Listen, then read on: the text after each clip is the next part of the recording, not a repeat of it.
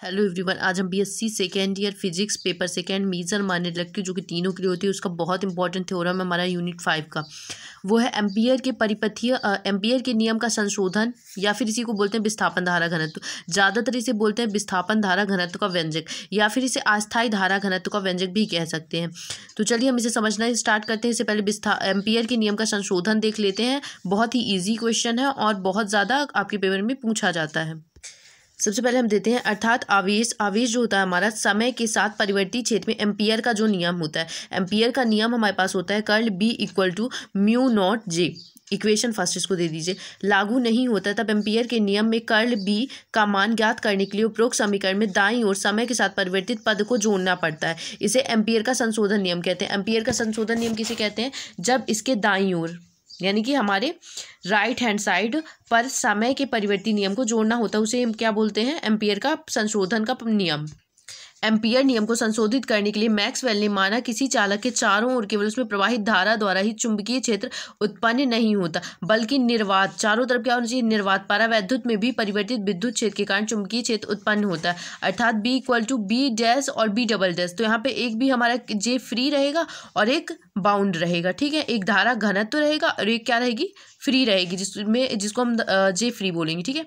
जहां बी कुल चुंबकीय क्षेत्र है, बी चालक में मुक्त धाराओं के कारण उत्पन्न चुंबकीय क्षेत्र, बी डबल डैश के परिवर्ती विद्युत क्षेत्र के कारण उत्पन्न चुंबकीय क्षेत्र, और दोनों ओर क्या कर लिया हमने? कर्ल ले लिया। तो यहाँ पे दोनों तरफ क्या कर देंगे? कर्ल ले लेंगे। तो यहाँ पे आ जाएगा curl B equal to curl B dash plus curl B double dash. Curl B dash का मान होता है म्यू नॉट जे फ्री और कर्ल बी डबल डैश का मान होता है जे म्यू नॉट, और ये जे है जे डी, ठीक है। मैंने बताया था ना, एक जगह पे हम जे फ्री लेंगे, एक जगह पे जे बाउंड लेंगे। अब समीकरण नंबर 2 में, ये समीकरण 2 में हम इन दोनों का मान रख देंगे, तो हमारे पास क्या आ जाएगा? म्यू कॉमन आ जाएगा, जे फ्री प्लस जे डी। ये क्या हो गया हमारा? ये एम्पियर का नियम है। अब चाहे तो इसे लिख लें और चाहे तो ना लिखें, इसके आगे से हम इसे सॉल्व करना स्टार्ट करते हैं, ठीक है। विस्थापन धारा घनत्व के समीकरण को अब क्या करेंगे? अब देख रहे हैं हम विस्थापन धारा घनत्व का व्यंजक।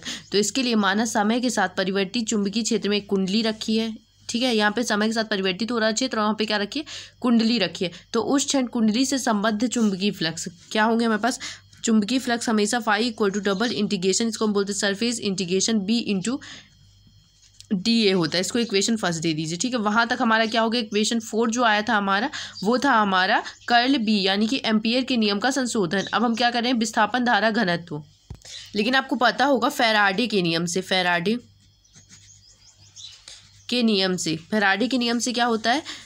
चुंबकीय क्षेत्र में परिवर्तन कुंडली में प्रेरित विद्युत वाहक बल के सापेक्ष होता है, ठीक है। फैराडे के नियम से चुंबकीय नियम से समय के साथ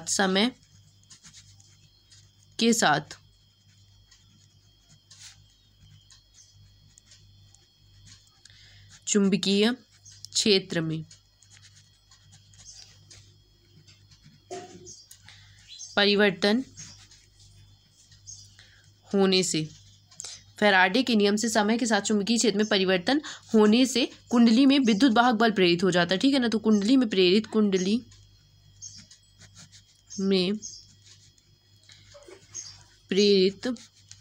विद्युत वाहक बल, इसको हम क्या बोलते हैं? EMF भी बोलते हैं, ठीक है। तो विद्युत वाहक बल E इक्वल टू हमारे पास क्या हो जाएगा? माइनस का del phi upon del t. अब क्या करना है? समीकरण नंबर 1 से फाई की वैल्यू इसमें पुट कर दीजिए। तो यहाँ पे E इक्वल टू आ जाएगा हमारे पास माइनस का D upon d t double integration of B into d A. ये क्या आ गया हमारे पास? प्रेरित विद्युत वाहक बल। इसको इक्वेशन सेकेंड दे दीजिए।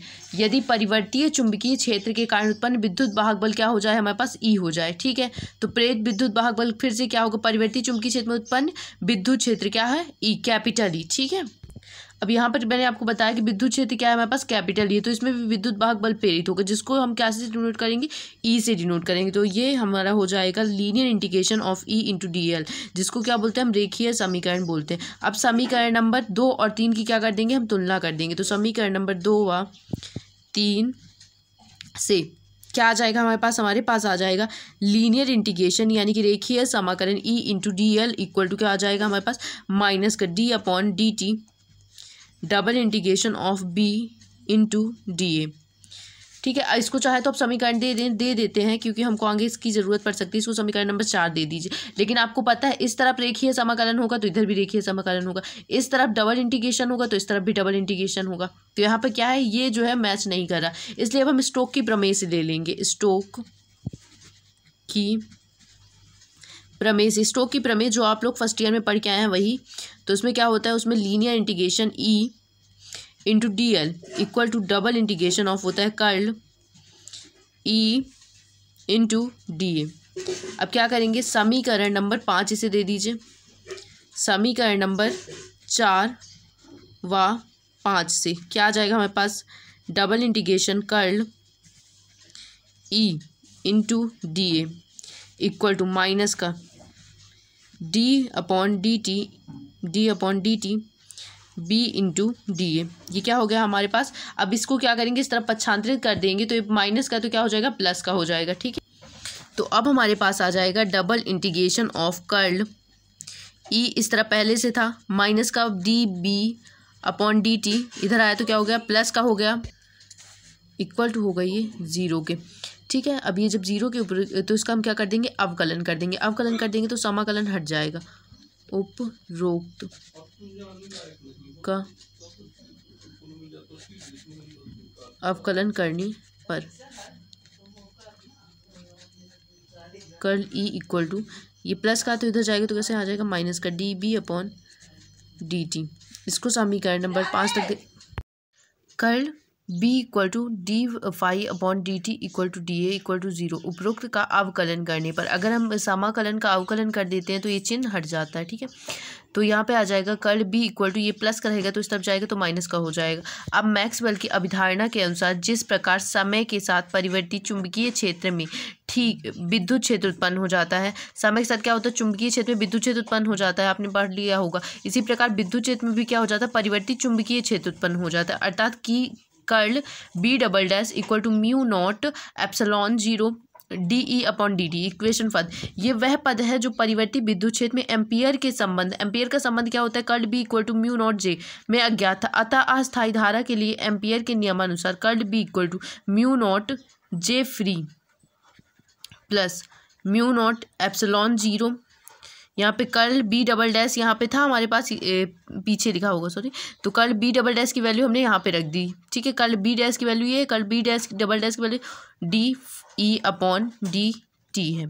ठीक है, इन दोनों से आपको कुछ कॉमन लग रहा है, हाँ लग रहा है हमको, म्यू नॉट कॉमन मिल रहा है, तो अंदर क्या बचेगा हमारे पास, J free plus mu naught epsilon 0 d E upon d t. और इसी में उपरोक्त समीकरण की अगर हम कल्पना इस तरीके से करें, उपरोक्त की कल्पना हम कर रहे हैं कि जो कर्ल बी इक्वल टू क्या है हमारे पास हो रहा है, mu naught J free plus जे डी। ठीक है, इसकी वैल्यू की कल्पना हमने इस हिसाब से कर ली, से करने पर तो यहाँ पे जे डी जो है हमारे पास वो क्या है, जे डी हमारे पास mu naught epsilon 0 d E upon d t. यही हमारा क्या है, विस्थापन धारा घनत्व का समीकरण ये है। ठीक है, ये वाला नहीं है, ये वाला है, क्योंकि जे डी इक्वल टू हमें ये मानना था। और डी को किससे कहते हैं, हम घनत्व से व्यक्त करते हैं। आई होप आपको ये क्वेश्चन समझ में आएगा। जहाँ नहीं समझ में आप मुझे कमेंट करके पूछ सकते हैं।